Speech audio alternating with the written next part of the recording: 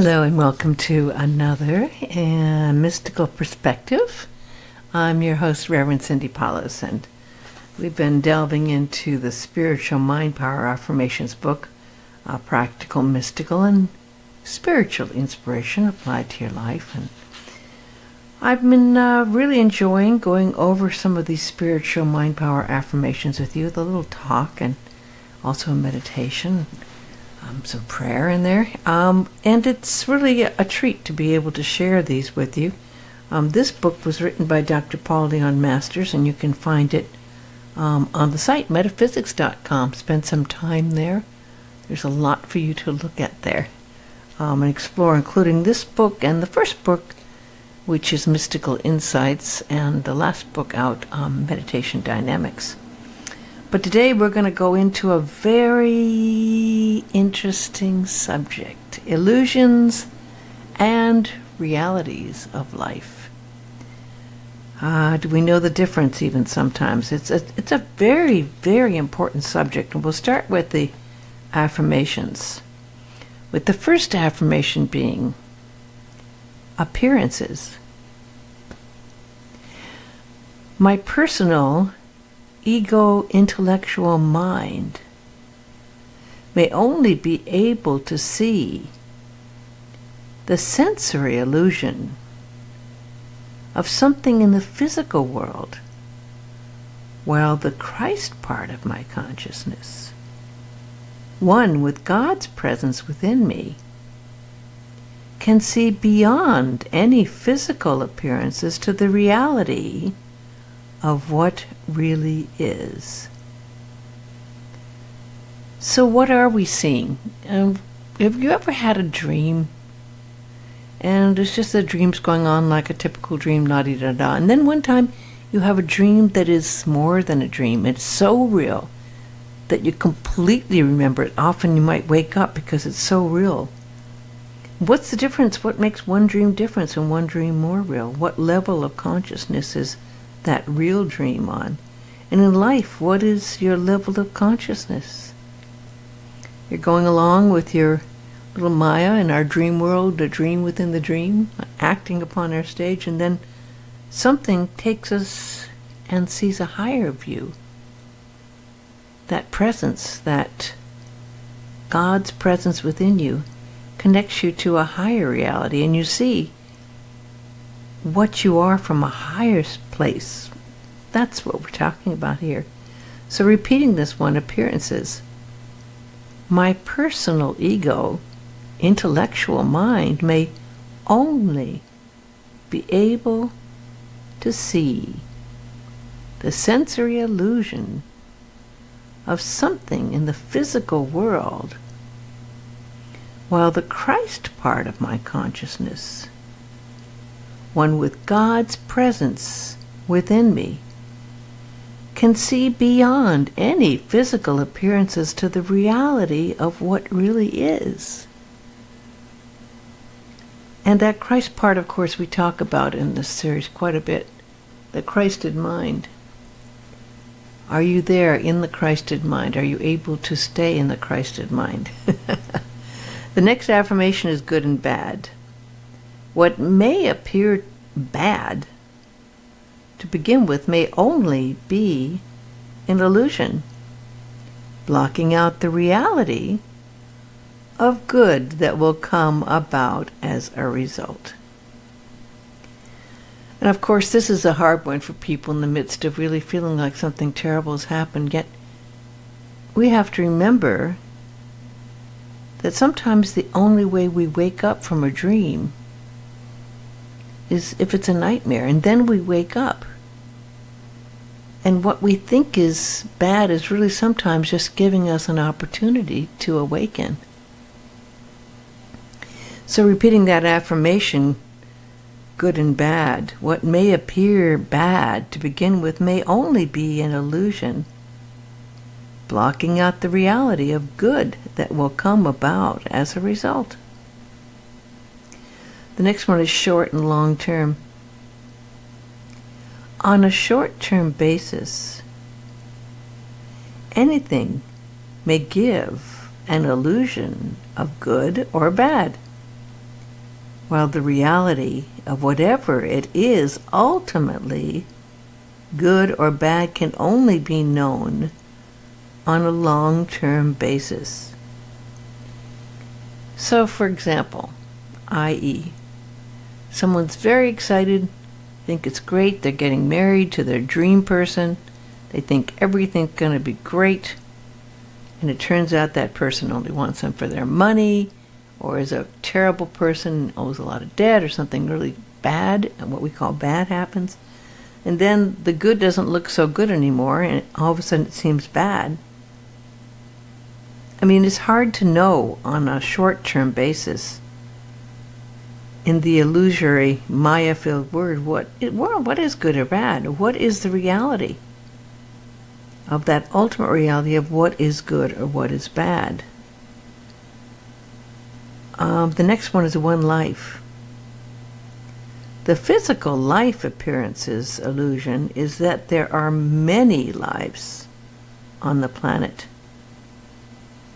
while the reality is that there is ultimately only one life, that of God in the entire universe. So we know that we're all from atoms, all from the one source, all created from the Creator, yet we are in this individual consciousness where we live out our life, where we forget that we're one. It's so easy if you're taking off in a plane and you seem like you've been all lost in the details when you're on ground, but then you go up in the air and it all looks so small. It all looks like it's just like one mass until you go higher and higher till you can barely see it anymore. And then if you go into outer space and look at the planet, it's so easy to see that it's one. And yet here in the small part, the limited everyday living, we don't see ourselves as one. That's the difference between the oneness of the Christ consciousness, one with God, versus our individual consciousness. The next one is existence. The illusion is that only this one lifetime exists for humans, while the reality is that everyone is inseparable from eternity or God's presence, and therefore lives eternally. So this seems so simple and it seems so complicated, right? Because while you're in illusion, the Maya, the dream state, it's so hard to really see and be the truth.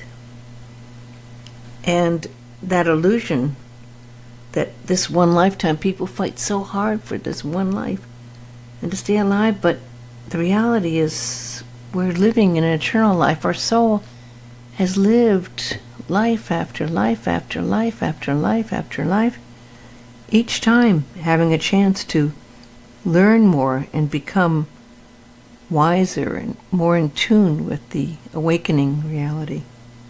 So repeating existence, the illusion is that only this one lifetime exists for humans, while the reality is that everyone is inseparable from eternity or God's presence and therefore lives on eternally. We go on to personal ego intellectual identity. The illusion is that every human being seems to be a separate entity, while the reality is that only God's life exists hidden within and manifests in the illusions of separate existences or humans. Again, here we go with the illusion. We all think we're separate here, interacting separately, living our lives separately. But in the overall big picture, the reality is that only God's life exists. So we're not separate. It's just our ego that's thinking it's separate. Repeating this one, the illusion is that every human being seems to be a separate reality, a separate entity, while the reality is that only God's life exists hidden within and manifests in the illusion or separate existences of humans. The next one is love or. Love question mark. The illusion is that love might exist between two people, but the reality is that need and lust are posing as love, unless the love of the one life of God flows between the two persons. So this is a huge one, right? I mean, how many people really think it's love? And it, love has so many forms, right? But the illusion might be that is really lust. We know that in the first few months, 6 months, that is what draws people together many times. Or there could be a need there that is really drawing people together. But is there really the love of the one life of God flowing between the two persons? Is there that energy that is timeless? Repeating it, the illusion is that love might exist between two people. But the reality is that need and lust are posing as love unless the love of the one life of God flows between the two persons. Aloneness. The illusion is that you are alone unless you are with another person, while the reality is that you are always in the companionship of the only presence that really exists, God's life within and a part of you. And I love the word alone because if you take it apart, A-L, all, one, alone. We're all one and we think we're alone. That's the illusion. Repeating this, the illusion is that you are alone unless you're with another person, while the reality is that you are always in the companionship of the only presence that really exists, God's life within and a part of you. I love taking walks out in nature alone. I know I'm not alone, and when I'm in nature, I'm so much more able to be in tune, because many times with people, they want to talk, or they have issues they want to work out, or they, saying things from their point of view, etc. And I have a much easier time communing in nature when I'm alone, because I know I'm not alone. I'm really a part of nature at that point, and I feel very attuned to all of life. The next one is karma. The illusion is that one can escape the result of negative actions or fail to reap the rewards of positive action, while reality is that it's only a matter of time when the karmic results materializes. Instant karma is going to get you, right? Didn't John Lennon say that? Well, it's not always instant. Sometimes it takes a lifetime. But there's always cause and effect, and the illusion is that one can escape the results of negative actions or fail to reap the rewards of positive actions. But the reality is that it's just a matter of time when karma materializes. And the next one is spirituality. The illusion is that a person grows spiritually, while the reality is that they reawaken to what they already are on whatever level of spirituality that might be. So this is really an interesting one, because so many people invest in so much money to grow spiritually. So a lot of it really is just a matter of reawakening to what you already are. And of course in meditation you experience this. Repeating this, the illusion is that a person grows spiritually, while the reality is they reawaken to what they already are, whatever level of spirituality that might be. And the last one here is true wealth. Wealth is not the illusion of what is contained in one's purse or wallet, but in warmth, joy, and love of the spiritual heart shared with God's presence. So we really spend a lot of time working on wealth and worrying about money and paying taxes, but what really is important, what is really of worth, is the love and the warmth and the joy that you're sharing with others and with God's presence. Again, repeating this, Wealth is not the illusion of what is contained in one's purse or wallet, but in warmth, joy, and love of the spiritual heart shared with God's presence. Can't buy me love. Okay, so this is such a deep subject. I mean, what does it take to wake up, really? I mean, there is this mystical reality that is aware. And that personal ego is always wanting its fair share, but it doesn't always know what's best for the soul. And if we are just living out the dream of the dream that we believe we want from the ego's point of view, we won't be fulfilling our real purpose and destiny here. The reality is only God or universal consciousness knows. And so we always go to that place within in meditation where we join with God and realize that we're in the process of co-creating God's will in our lives. Otherwise, what we're creating is an illusion, and we're feeding that illusion with a lot of our time and energy. The universal God self won't help you fulfill your personal ego desires because it really wishes to have you work within that true energy of love and that true power of being united with the Christed energy.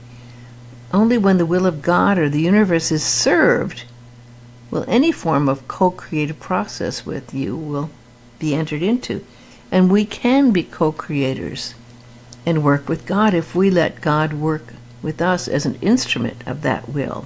And it's an instrument of that peace, as an instrument of that love.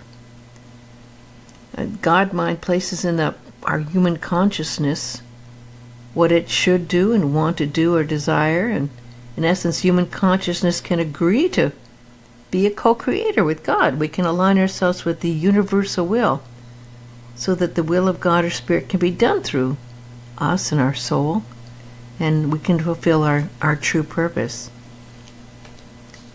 Even Christ said, "Why call me good?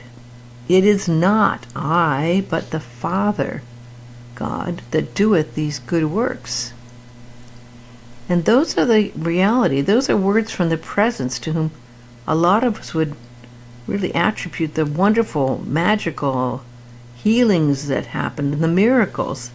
But Christ wasn't doing it for his own good, his own ego. He was doing it from the Father to fulfill his destiny, his purpose. So let's always remember who's in charge and why we have our life and what our real purpose is. Only God's power is real. And we have to remember what we're here for to manifest. That really does help in awakening us. I wrote this poem. If I take away all the covers I've made from the fabrics that mask my life, can I find just this eternal moment and merge with that one source of light? What is left to do here but to just experience being with all the hidden things revealed, to accept what I am and might have been? And maybe sometimes I judge myself too harshly for what I just cannot do. And maybe it's just time to accept and let go of the high bar set by me and you. Is there enough room here to hold the outer edges of that higher mind and bring it back to living in these confines to try to understand this limited Maya space and time? For we're here in this earthly place, and we can only search for how to embrace and live with the reasons that you face and comprehend the depths of God's will and grace. So let's take a moment to think about this. What is your real true purpose? What is your true highest reality? Let's take a couple of deep breaths here. Breathing in the light and letting go of any of the distractions, the illusions. Breathing in the truth of our true purpose and allowing that to be present in the presence. Breathing in the presence, allowing that presence to be aware of our total purpose, our total beingness, our total light, our oneness with the source, our true source of all love that is eternal. Let's call upon that source and allow that will of God to find a place in our heart, to find a place in our mind, to find a place in our true meaning of our awareness, to let go of the Maya and the illusion, to shine the light upon any of the darkness till there's only light, and we become one with that light and that love. We embody that light, that eternal light, and that infinite love. And we breathe this in, we breathe it in deeply, and we allow ourselves to understand that we are one with God. And we allow that oneness to completely bring an awakening and awareness of our true meaning and purpose in life. Know your reality now and live it and be it. And we say thank you, God, and so it is. Through meditation, we can form new patterns, and we can release the old patterns, and we can awaken, and we can allow that presence to infiltrate us and waken us to what our real truth is, what our real reality is, what the highest enlightenment experience is. There's an amazing sutra called the Heart Sutra that was done thousands of years ago in Buddhism, which many Buddhists actually recite every day. It's the Prajnaparamita Heart Sutra, and it's very, very, very, very revered and recited in a lot of these Buddhist traditions, and it aids in the liberation of the self, and it's said to lead to enlightenment. And it goes, when the Bodhisattva Avalokiteshvara was coursing in the deep Prajnaparamita, he perceived that all 5 senses are empty. Thus he overcame all ills and suffering. O Shariputra, form does not differ from the void, and the void does not differ from the form. Form and void, form is void, and void is form. The same is true for feelings, perceptions, volitions, and consciousness.